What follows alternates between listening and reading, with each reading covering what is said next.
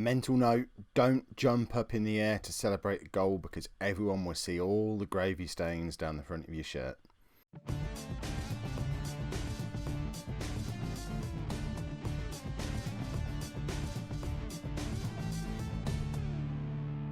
Hello and welcome to part one of the non-league to legend at the World Cup 2034 extravaganza. I don't know how long this is going to go on for. It really depends on how long we stay in the World Cup for. It is the final hurrah of the managerial career of Kevin Chapman. He resigned as Manchester City manager a year ago, having won a quadruple of... Was it a quadruple? Probably the league, the FA Cup, the Champions League, Community Shield, a quadruple. There we go. He's already announced that aged... Why am I saying he? It's me. I've announced. I've told you lot in the Bolton Battle. I think I mentioned this, which if you haven't watched that yet, you really should check it out. They're aged 51. Well, I'll be 52 when the World Cup ends. This is going to be my retirement party. Hopefully celebrating with a World Cup win. The situation that we're in at the moment, if we have a look at the Hall of Fame, where is it? As it stands right now, if we go by nationality, I'm the second best manager of all time. Second best English manager of all time. I don't know if a World Cup win is enough to push me past Bob Paisley. Fingers crossed.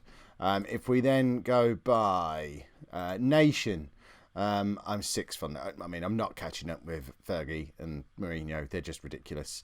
And quite frankly, would have been quite boring YouTube series to watch them just winning all the time, personally. Continental, I'm not even in the top 20, I don't think. A World Cup win might be enough to push me into the top 20. Ridiculously, football manager legend Valery Bozhinov is in the Hall of Fame in 19th place. I noticed this when I was having a look through the other day. He has been Ludogorets Razgrad manager for the last 12 years. And he's won 12 consecutive league titles, 12 consecutive Bulgarian Cups, and 12 consecutive, presumably the Bulgarian Charity Shield? I don't know, but basically, he's not lost a match in 12 years. Somehow, he's still in Bulgaria, and somehow doing that for 12 years is enough to make him the 19th best manager in the history of European football. This whole Hall of Fame thing is a little bit twisted, if you ask me. And worldwide... if we have a look at that one, I'm nowhere near. So, I don't know. It might be enough to break me into the top 20. Who knows? So, enough of that nonsense. We're worrying about the World Cup. So why am I looking down there? I'm just checking the microphone's on. You know, I've got previous for not having the microphone on. So, going into the World Cup, it's been a little while since you've seen an England team, because obviously I've not showed you any of the qualifiers. We have qualified. Let's have a quick look at qualifying. So we're only going to do the one match today, so we've got a little bit of time to play with. So qualification went reasonably well. If we go back, we had some massive wins along the way. An 11-0 win where we got Modou Falls setting an England record of 6 goals in a game. We beat them 8-0 away as well, the Faroe Islands. We've scored 5 once. We've scored 4 twice. We basically smashed that group. And English media is fever pitching because in our 2 early summer warm-up matches for the World Cup, we beat Morocco 4-0, which, you know, that's all right. We beat Morocco 4-0. Then we beat Brazil. Probably the worst thing we could have done, going and beating Brazil, because now everyone thinks we're going to win the World Cup. The media have got us as 6th favourites, even though we're only the 11th best team in the world, which I might add, we were like 32nd when I took over, so I'm still claiming this as a victory no matter what happens. And this is the squad that we're going for. There's a lot of familiar faces in there, but also some notable absences, the most notable of which is Modou Fall, who at 33 years old has barely played for Ipswich all season. If we just have a look at him, so Modou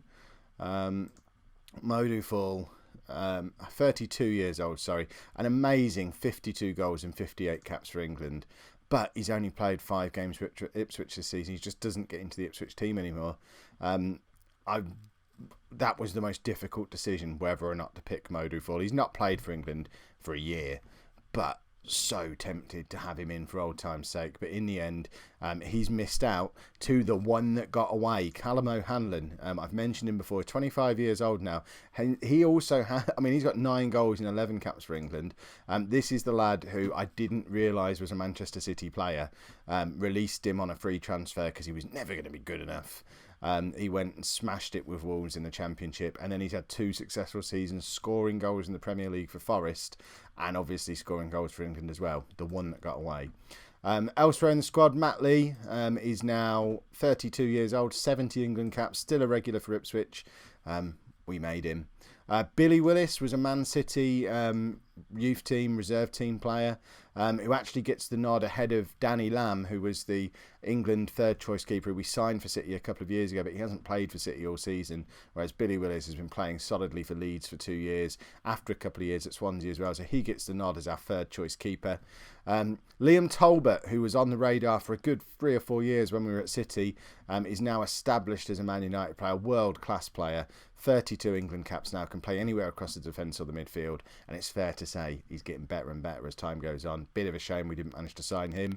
Ron Osborne's still around, 32 years old now, 115 England caps. He's just won the Premier League with Manchester City for the 4th season in a row as captain. He's going to be our England captain as well. Partnering in defence, Ricky Simpson, who has gone to Tottenham, bizarrely, because apparently the new City manager didn't want him. Who else do we recognise? This is one worthy of note. Bearing in mind we were never able to get any of our Ipswich Brazilians into the England squad, and I didn't think that was a thing anymore. Speaking of Lacio and Chris, who never played for Brazil, had English passports after being at Ipswich for so long, but I was never allowed to pick them. This lad, for some reason, Gonçalo Ferrao, who, if we look at him, is born in Portugal, but got an English passport because he's been here long enough, having come through the Chelsea youth team. For some reason, I am able to call him up, so I have, just basically to see whether or not it would break the game, and apparently it hasn't. Lewis Bradford, the man who started it all. He's had a bit of a renaissance at City this season, having not really played the season before under me. The new man obviously rates him, and he's actually had his best ever season for Manchester City the year after I left. Bearing in mind, I mean, it's the best season of his career. He's just had an average rating of 7.47, playing in that City midfield, 30 games. He is as good as he ever was. He's now at 68 caps for England, 33 years old. It's his last chance to win the World Cup, just like it is mine. And obviously we all know he's the man who started it all, who apparently can now play at centre-back. I mean, I know I played him there once or twice. Tell me that's not where he's been playing for City. Because that is, how do I look? Forms. It tells me what position they've been. I mean, I know we've done it a couple of times, but they've been playing him. That's all for England. Hold on. Manchester City have been playing him as a centre-back all season long. He played against Real Madrid, Bayern Munich as a centre-back. Lewis Bradford has become a centre-back, aged 33 years old. Bizarre. Nathan Wilkes is still around, who we had at City. Ricardo Prescott is a lad who we signed at City for lots of money. Never played, but he's had 2 seasons on loan at Southampton, and gets the nod on the left wing ahead of Massimo Diawaya, purely because he plays Premier League football. So he's an option there if we want to throw a winger on. We probably won't, and he probably won't get a game. Andy Tunnicliffe is still around. 57 goals and 67 caps for England now. Scores lots of goals. He's going to be very important to our World Cup. But I've shown you enough of our squad. We need to get into this first game. Our group starts off pretty tricky. We're playing against current world champions Germany in the first game of the group. We're in China. That's where the World Cup is happening. We've also got to play Chile and Canada. They'll be on tomorrow's episode. And fingers crossed, if we navigate the group, we'll do the next round the day after. So today is all about beating Germany, and this is the team that we're going with for today's game. So Matt Lee in goal. A back 4 of Liam Talbot at left back. He could play anywhere around there. That's the place we had a gap. Manuel Copeland, who's at Arsenal and still doesn't play very often. He's been in and around the England squad for as long as I've been England manager, and never really been a Premier League regular, but he's in. Ron Osborne and Ricky Simpson making up the rest of the back 4, and then Ernest Adu, Lewis Bradford and Robert Jacobs in midfield. Jacobs is 29 years old, plays for Cardiff, not really had much of an England career. He's always sort of been in and around the squad, but now breaks in kind of by default because Nathan Wilkes is getting on a bit and we can't have 2 old men in midfield, but has been a Premier League regular for 5 years, so hopefully won't let us down. Michael Robinson from Chelsea fame, he's going to be our trequartista. In behind, the one that got away, and Andy Tunnicliffe. In fact, hold on, the one that got away. There we are. When he scores in the World Cup final, we'll enjoy that nickname. Right, here we go. Let's get into this. Playing against Germany. This is basically going to tell us a lot about what our chances really are for this World Cup. If we go and get absolutely battered today, then it's going to be quite a short little mini-series to end the career out. Obviously, we're not favourites. I've been England manager for 5 years now. Their manager's been manager for 13 years. Keeps winning World Cups as well, the rascal. I don't care about the Uruguay manager. Stick with him. I don't know who Julian Stenzel is either. Yes, we're going to attack. That's what we do. Have Germany got anyone in? They've got Koulibaly in their side, who we know all about from City. Lucas Boehmer as well. We had at City. Wimmer used to score lots of goals for us against us. In the Champions League for Bayern Munich. So if he's only on the bench, they've obviously got someone pretty good up front. But I mean, goals for today. We just really, if we don't lose, that would be fantastic. A draw against the world champions on the opening game of the World Cup. It doesn't get any harder than that for an opening game. So if we can scrape out of this with a draw, I'll feel quietly confident. If we get absolutely thumped, I'll kind of wish I didn't hang around for a year to do this stupid World Cup nonsense, flying to China and all that. What a waste of time. Right, look at how they're passing the ball around. We can't get near them. This is a worry.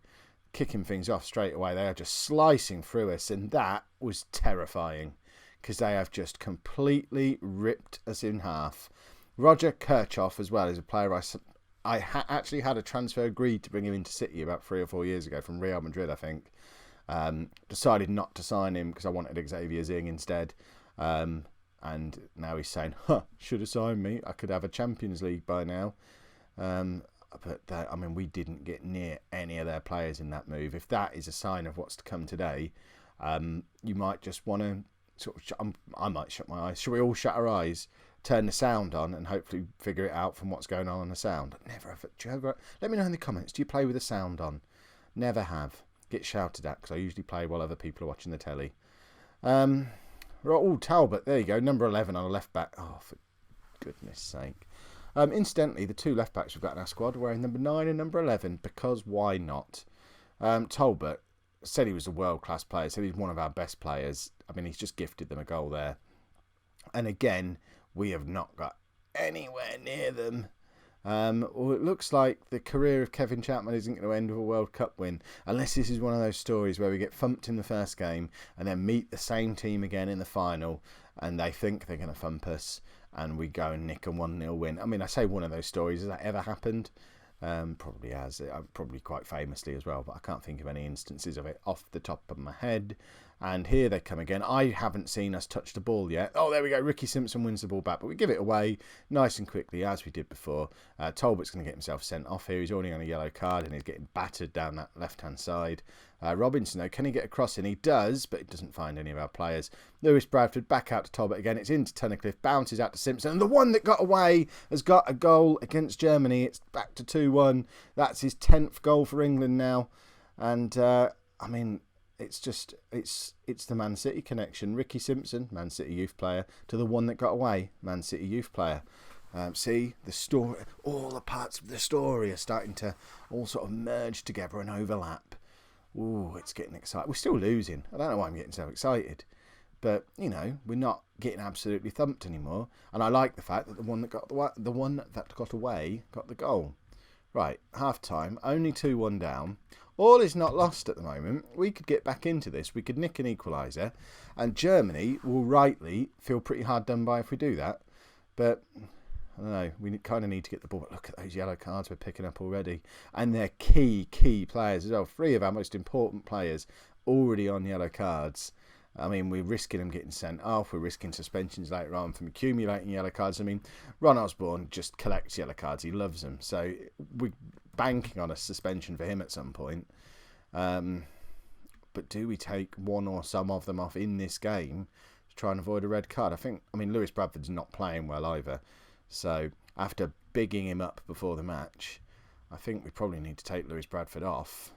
I want to put Talbot into midfield, which means Robbie Steele comes on, wearing the number 9, because it's his preferred shirt number, apparently.